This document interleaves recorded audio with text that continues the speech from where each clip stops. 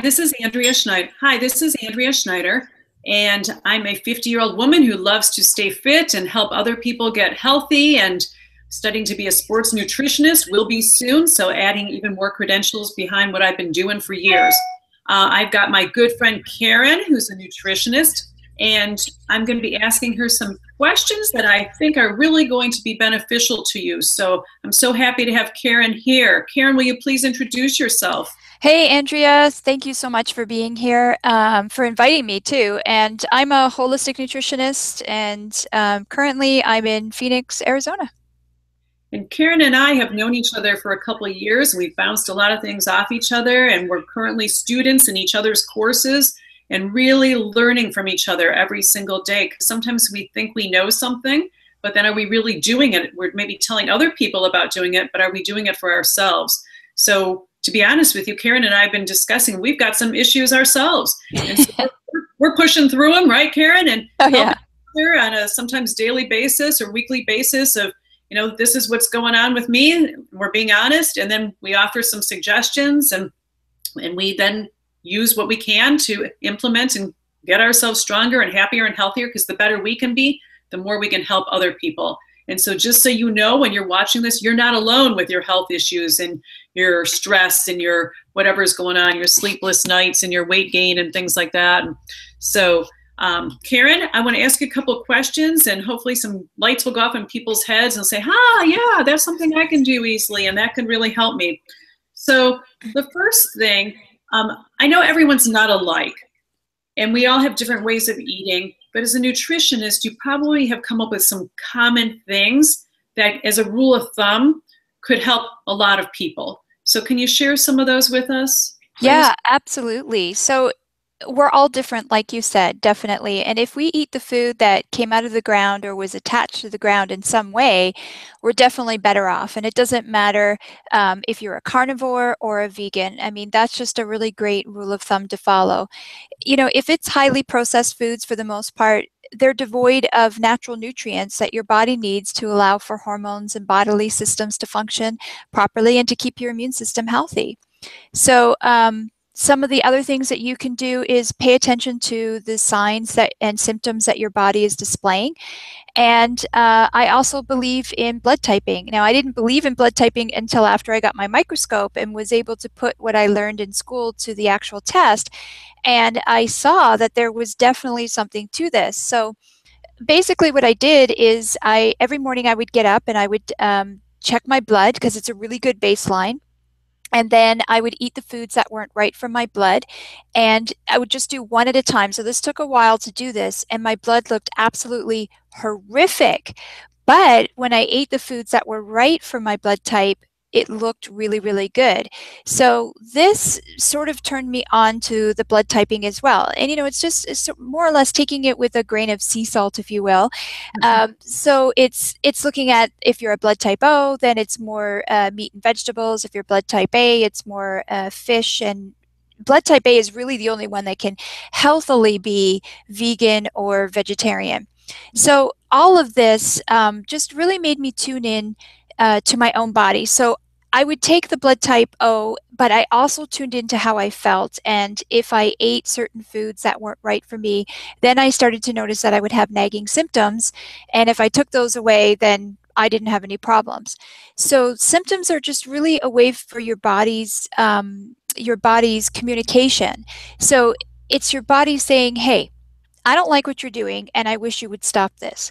So, we run to the bathroom and we go to the bathroom 50 times, and then, we say, oh, I must have ate something bad. No, it's actually your body saying, would you please stop giving me this? I'm trying to get it out and you're not listening. So we just don't listen. Instead, what do? We'll run to the drugstore and we'll go to the doctors, and we'll either get something over the counter or get medications. And I just really feel that that's wrong. So we'll eat what we want to, but we're going to continuously get those symptoms, the constipation, the diarrhea, the gas, the bloating, even headaches and joint pain. And all of this will just continue to intensify. And if we would just tune in, our body would actually say, look, would you just please stop doing this? So all of that is just basically, paying attention, add a little bit of your blood type in there, and really get back and connect with foods that came out of the ground. I think those are really, really great points. And sometimes it's a work in progress. So if you're eating a lot of processed and junk food right now, just start cutting down. So maybe have half as much as you used to. It's hard to go from one extreme to the other. And I think when I see people do that, they set themselves up for failure. So sometimes you have to take baby steps, but every day be improving on what you're doing. And everything that Karen said is just so valid and so real. And if you think about it, it just makes so much sense. And one of the things that I've come across, and maybe it was you who told me this a couple of years ago or so, that sometimes we actually crave the things that we really shouldn't be having. So maybe things that we're kind of allergic to or that aren't going to sit so well with our body, we sometimes crave those things. Do you think that's the case sometimes? Yeah, absolutely. So on a couple of different levels, we crave. There's the physiological part where we're attracted to the foods that contain the nutrients to keep us healthy, and we'll turn to the foods that are highest in the nutrient that we may be deficient in. So let's use the example of a tomato, Andrea. So if we're deficient or needing lycopene, or we're low on energy and we need more vitamin B12, which happens to be a vital energy nutrient, tomatoes actually have vitamin B12 and they also have lycopene in them. So we may be craving those tomatoes because we need that more energy. So we'll tune into the foods that can cure our deficiency is basically what we're supposed to do. And this was actually demonstrated in a 1939. And I like to say that again, Really? 1939. So we've known this for a really long time. There was a study that was done with a group of toddlers, and they were put in charge of feeding themselves. So they were offered 34 nutritionally diverse whole foods, and what each child ate and how much was completely entirely up to them. Now, what was really interesting is instead of binging on the sweetest foods, the toddlers were actually drawn to the foods that best nourished them. So they ate more protein during growth spurts and more carbs and fats during peak activity. And one child had a severe vitamin D deficiency and literally went to drink cod liver oil, just picked up the entire bottle, and nobody told him to do this. He did it on his own and basically drank that cod liver oil over time until the deficiency was no longer there. So we are innately attracted to whole foods to nourish us. The problem is that the refinement and processed food industry, they also know this, and they confuse us by adding chemicals to addict us, chemicals to allow for that nice mouth feel that we're looking for, the fat, because we're attracted to fat as well. But unfortunately, they don't have what we need. So we're actually putting chemicals in to make us feel like this is what we're getting. So we also turn to foods to satiate the emotional hunger that we have as well. And when we don't deal with our past emotions, they play out like a movie that's never ending. It's just on a constantly never ending loop, and we don't know it's playing. And we reach for those foods to satiate the feelings we once had, or the feelings that we wish we could forget. So the biggest example I use is chocolate, and chocolate is basically about That's me, wanting. Karen. That's me. Woohoo! I'm in your course right now, so I got something about chocolate just recently. But tell us about chocolate. So why do I crave chocolate? Yeah, well, and that's one of the things when you sign up for my program is I will do an actual report for you. Was that report good? Yeah, really good. Okay, good. So just, basically chocolate is about wanting to connect with spiritual power, and it's also about wanting that love. So, and we're so love deprived, and we're also fun deprived as well. We're not taking time out for ourselves, and we're not getting fun.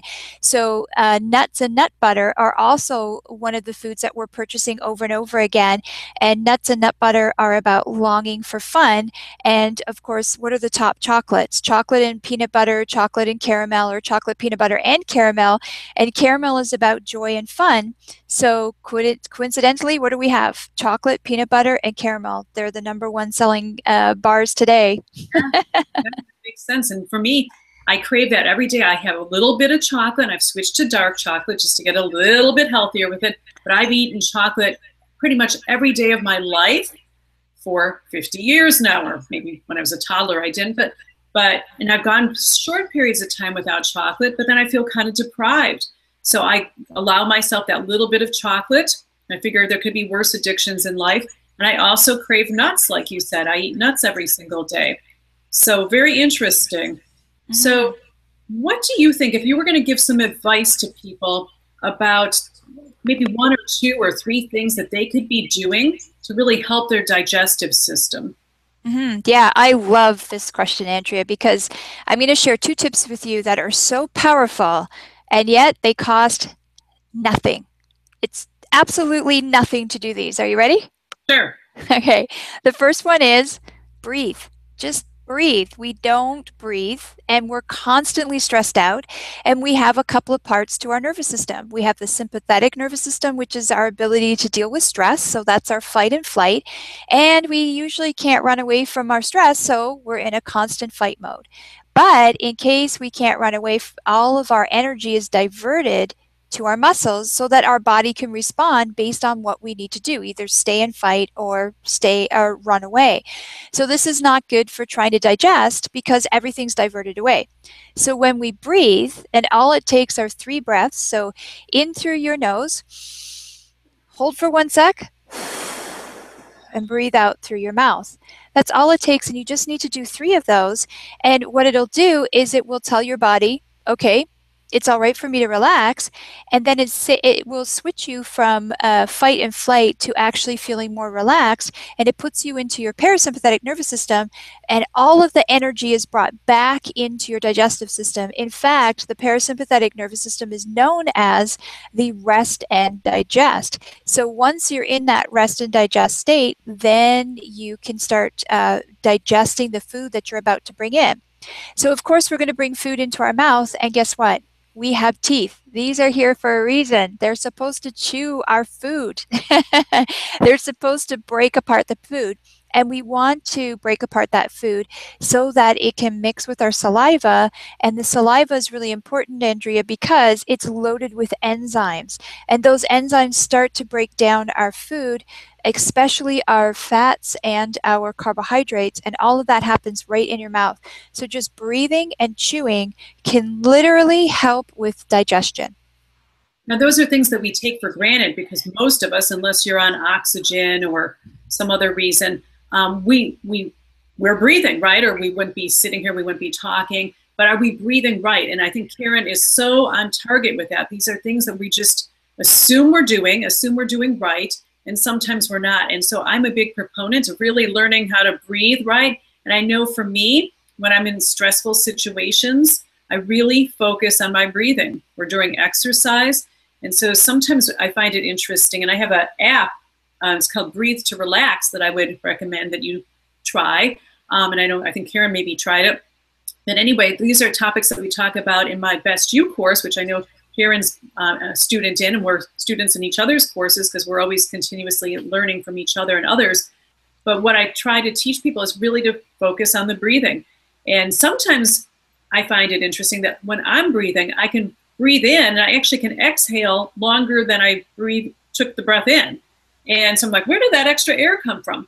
And when you're focusing on your breathing, and you do it a few times, like Karen suggested 3 times or even more times, you start really letting go of the other stress and other things that are bothering you. I think it's really hard to stay in a really bad mood when you focus on your breathing. Do you agree, Karen?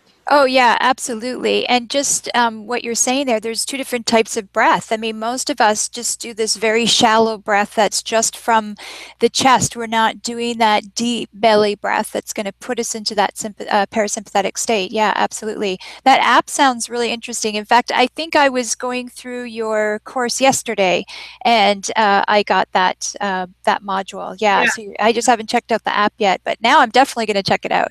Yeah, take a look at it, and then you could program in like how long you want to inhale for and how long you want to exhale for, and it runs you through about 20 sequences. So it's kind of helpful because we think we're doing it right, but sometimes we're not exactly doing what we should be doing or what we could be doing. So Yeah. I was ask you about, and I know you're a big proponent of eating healthy and eating is organic and raw and vegetables and fruits, but sometimes in our busy world, we're not all doing that.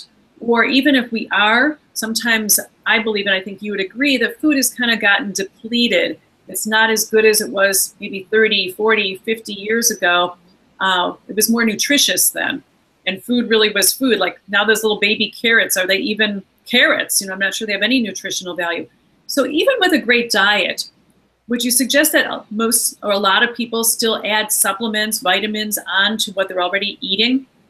Yeah, no, you're absolutely right. And even if you are eating fruits and vegetables and that kind of thing, you even have to look at that because the nutrients that we once were able to get came from the soil, but we're overgrowing crops. We're not rotating crops.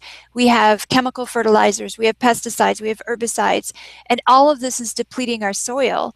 And so if you're eating, conventional produce, and it's actually been proven that conventional or organic produce has 35% more nutrients than conventionally grown Yeah. crops. So we do need to turn to the more organic foods, the more naturally occurring foods, because like I said earlier, our processed refined foods, they're stripped of all of the nutrients, and then we add in only a couple that the government feels that we need to have in place.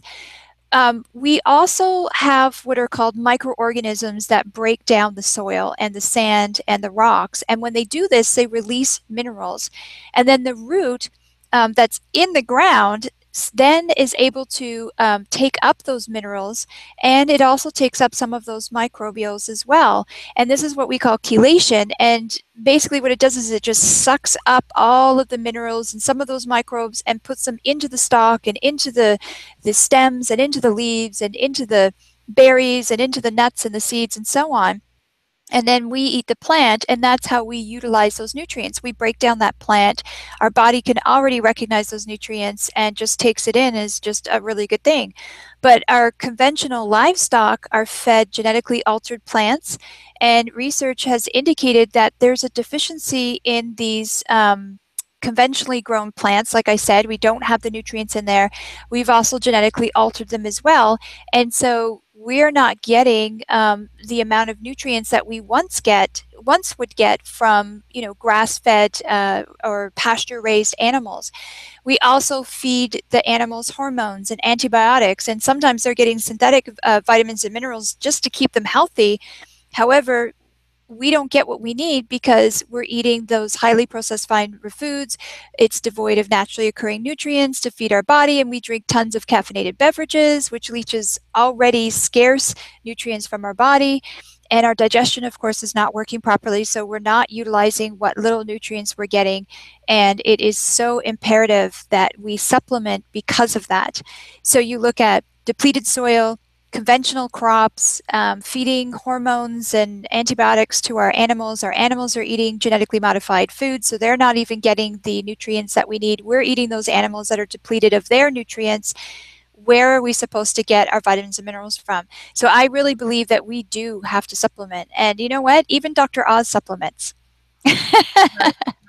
And I know some people say, well, but then supplementation, we're talking organic and natural, and then that's a pill, that's a supplement, and they maybe almost even think of it as like a medication. So can you kind of give me like a little guidance on that, what your thoughts are on that? Yeah, well, you know what? Here's the problem. We are in a society where if we have symptoms, we take a pill. If we have pain, we take a pill. And we're doing that with our supplements now. We're actually saying, okay, I think I need more vitamin D, so I'm just going to take vitamin D, but I'm going to take twice as much just to make sure I get some. Supplements are supposed to be supplemental to your diet. So we should be working on having really good digestion so that we can break down those nutrients, but we should be bringing in really good foods so that we are breaking down the nutrients from those foods and utilizing them. So supplements should come secondhand, but like I said, and you said as well, Andrea, we're not paying attention to our diet. We're not paying attention to what we're putting in our bodies. So yeah, we do have to take supplements. And if somebody says, well, you shouldn't be taking all of those, I turn around and say, okay, well, what's your hydrochloric acid like? How many times a day are you pooping? What's your stress level like? Because if you're not pooping 3 times a day, you've got toxins. And if you don't have good hydrochloric acid, you're not breaking your foods down. And it can just go on and on from there. So yeah, we do need to supplement, I think, with at least the basics. Plus, once you're over the age of 40, your naturally occurring hydrochloric acid starts to decline, so do digestive enzymes. So I really do believe that we do need to supplement. Right, and I totally agree with you. And I've been supplementing with really high quality supplements for the past 5 years, and that's how you and I actually met. Um, but I see such a big difference in my life and my health. And I know it's because of that. And I take no medications. All I do is try and eat as best as I can, and I supplement with really high quality vitamins. And that's actually part of how I got into the wellness business. As you know, I had breast cancer 9 years ago. And afterwards, as I was researching and writing my book, found out I was borderline vitamin D deficient. And the doctors never made any mention of that. But after hearing it from a naturopathic doctor, the connection that that might have with breast cancer, being vitamin D deficient, and maybe having a link to breast cancer and other cancers and other illnesses, I started looking at that and realized the more research I did that that was very accurate. And I was able to take my vitamin D level from 31 nanograms per milliliter to 86. Excellent. And saw an amazing transition in my health. And so, and what's interesting, I think I might have told you this before, Karen, and those watching my video might know if they've heard me talk or make videos before, that over the years I've talked to hundreds and hundreds of breast cancer ladies. And almost all of them that I've talked to, if they know their vitamin D level, they were deficient at the time of diagnosis or still are. And so for me, that is just such an easy solution. Increase your vitamin D level, decrease your risk of cancers and a lot of major illnesses, because it helps you absorb your food and your nutrition and all your nutrients better when you have that vitamin D level higher. Would you agree with that? Oh, yeah, absolutely. Yeah, I mean, disease, cancer, it's all comes down to digestion, detoxification, and what you're putting in your body. That's what it really comes down to. So if we're going to wrap this up, if you were to give our viewers maybe just one or two pointers of some easy things that they could start doing, integrating into their life, or not doing, what would those be? Just something simple. Yeah, it is really simple. Tune in, tune up, and start respecting ourselves and loving ourselves more. We are so disconnected from our mind, body, spirit, and we are chemistry. We are what we are biology. What our mind thinks, our body produces, and our heart follows. And our medical paradigm is to treat the symptoms, not the underlying cause. And you have to tune in. What is really the underlying cause? Is it a combination of what we're thinking, what we perceive? Is it part of our environment? Is it our lifestyle? What we think of ourselves and how we value ourselves. And it's not just a symptom, it's a whole interconnected circuitry that has to be in alignment in order to be truly healthy. So you have to tune in, tune up, and love and respect yourself. I love that. And I noticed you said mind, body, spirit. Someone I know has a course. That, huh? I think I'm in that course, actually. Yeah, I hope you're enjoying it. That's how you got your chocolate report, right? Right. So our visitors could find you. Yeah. Well, can I tell you a little bit about the course? Sure.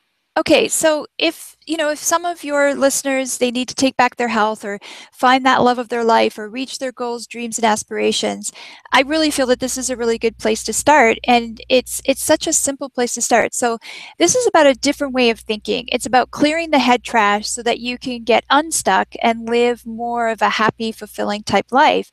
And this program, the Mind, Body, Spirit, which I call MBS, Andrea wants to make sure I say it out. So the MBS, Channeling Success, it'll help them in their personal life as well as their professional life. And it will just help them to get back on track to their goals, aspiration, and dreams. And it's amazing because food can actually take us off track. And that's a whole other video that we could do. But sometimes we just need that little shift. We just need a little bit of shift to allow for realignment. It can be that easy. So I've learned from traveling and speaking that if people are stuck, it's usually because they're stuck in the emotional connections to healing, and like this movie is just playing over and over again, and it literally paralyzes them from being able to take that next step. And you were talking about that as well, that we have to do these little baby steps, and sometimes we just get overwhelmed and we shut down. So, and that again comes from a society where if something's broke, you just fix it from the outside. And if you're having any emotional issues, there's something wrong with you and you're labeled. So we were too afraid to reach out and say, okay, well, I've got this mind trick going on, or, this head chatter going on. But we really need to go into go within in order to figure out what's broken. And we have to shift our mindset in order to think in a different way in order to move forward. So the MBS Channeling Success Program may help with that shift that is needed not only for the better health, but to get to that next level in their goals, aspirations, and dreams. And sometimes all it takes is just that teeny tiny little breakthrough that allows for a huge impact. And so I really feel that my Channeling Success Program can help them with that. And all it is, as you know, Andrea, is it's just weekly audios and workbooks, along with daily emails of inspiration and, some other information and some fun projects as well. So all they need to do is just sign up. So they can go over to KarenLangston.com/MBS. So that's mind, body, spirit, MBS channeling success. And they can just sign up from there. Perfect. And so I know we're both students in each other's courses, and I've learned so much from you. And what we realized, we both had created our courses independently, and there is some overlap of the concepts that we're talking about, but we both have brought our own flavor to the topic and have different ways of maybe approaching kind of the same type of result or outcome that we're hoping for ourselves and for others. And so it's really interesting that Karen and I feel that our courses are so complementary to each other, that doing one course would be great, but doing both of them could even give you such better results. So Karen and I are collaborating on some other projects that we're going to do together, but right now it was just very interesting that we both had created something that was so different but yet similar in many ways. Do you agree, Karen? Oh yeah, absolutely. Like, I don't really talk about the fitness level or even the movement. I think I mention it, but it's great that you have that. And, we both talk about vision boards, but we talk about them in different ways. And, and you do more of the video thing, whereas I do more of the audio thing. So yeah, I was really impressed. We were obviously meant to come together so that when someone signs up for your course, then they can continue with mine. Or if they sign up with mine, they can continue with yours. So I just think it's a really good unison for sure. Right. And so you could find my course, you could go to my website at www.mybestme.us. So it's not a .com, it's a .us. So thank you so much for joining us. And Karen, I want to thank you immensely for doing this interview with me today. I hope that our audience gets some value out of our conversation. I know I have. And we look forward to talking with you and seeing you again very soon. So thank you all for joining us, and have a wonderful, wonderful day. Again, this is Andrea Schneider at mybestme.us. Karen? Thanks so much, Andrea. All right, I'll talk to you in a few minutes. Bye-bye. Okay, bye.